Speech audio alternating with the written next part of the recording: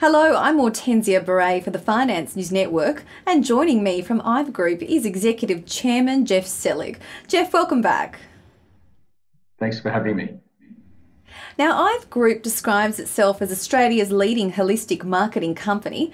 Talk us through an overview of different parts of your business. Yes, well, look, we're a $700 million a year revenue business. We operate across four areas: creative services, production and distribution, which incorporates a number of areas: print, retail display, premiums and merchandise, logistics. Our third division is data-driven communication, which is essentially CX and personalised experience, data-driven communications, one-on-one. And then the fourth area of our business is integrated marketing for clients that are looking to completely outsource the management of the marcoms category in their business. So when we describe ourselves as holistic, by nature it is that we're operating across multiple channels and we are dealing with a very diverse customer range across very broad sectors of the Australian economy.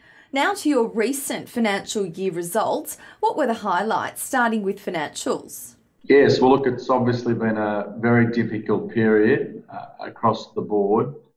We've posted a $76.6 million underlying EBITDA result, which was slightly down on last year by about 5%, but in the context of the COVID-19 crisis, a solid result. Strong free cash flow of 110% for the year, and a significant reduction in net debt, certainly from our last market update in March of this year. So just under $700 million of revenue with a solid EBITDA number. Under the circumstances, we're very pleased with the financial performance of the business and how the business has responded and how quickly responded to the COVID-19 crisis and the impacts on the business. And what was behind the numbers? Look, a lot of moving parts behind the numbers.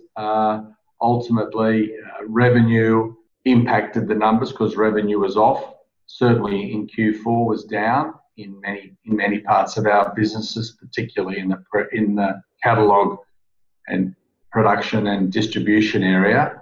But we moved quickly to pull, because of the flexibility of our cost base, all the levers we needed to pull to mitigate the impacts of short-term revenue decline or revenue volatility. They would be the main two drivers of the EBITDA outcome at the end of the day. And we certainly managed the liquidity position incredibly well in terms of our end-of-year cash position of just under $52 million and a strong balance sheet. So the main drivers: revenue and our response to revenue volatility. Now, IVE have made a number of recent investments over the years, including acquisitions. How will these benefit shareholders post-COVID-19?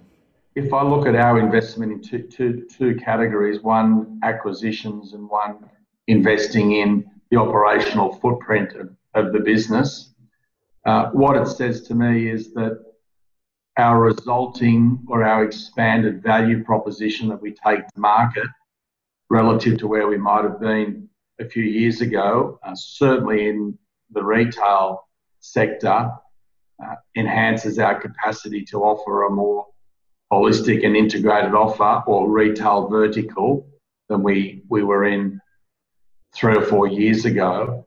And the investment in our operational footprint ultimately for us drives efficiency, which means we have the capacity through our scale and efficient operations and investing, given we operate in a speed to market time sensitive space, to deliver a highly attractive commercial proposition to customers across a pretty broad range, an unparalleled range of marketing communications. And to our last question, is there anything else you'd like to add?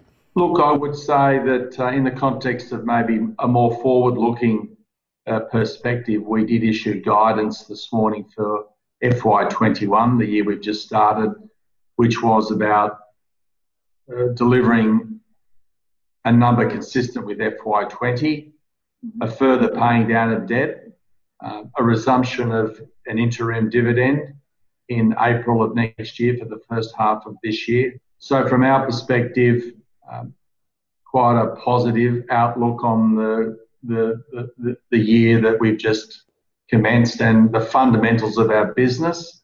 And we had a strong business going into COVID, and as a result of a number of the initiatives and how we've responded, I believe we have a more match fit business as we come out of COVID. So as we see and hopefully see revenues recover, that will support an expansion of our margin. And if there were to be a softness in the macroeconomic environment, the fundamental strengths of our business combined with the fact that our tier one customer base, rock solid customer base, has the capacity to spend in a marketing sense to drive their revenue, that goes well for our company given the offer and the relationships we have.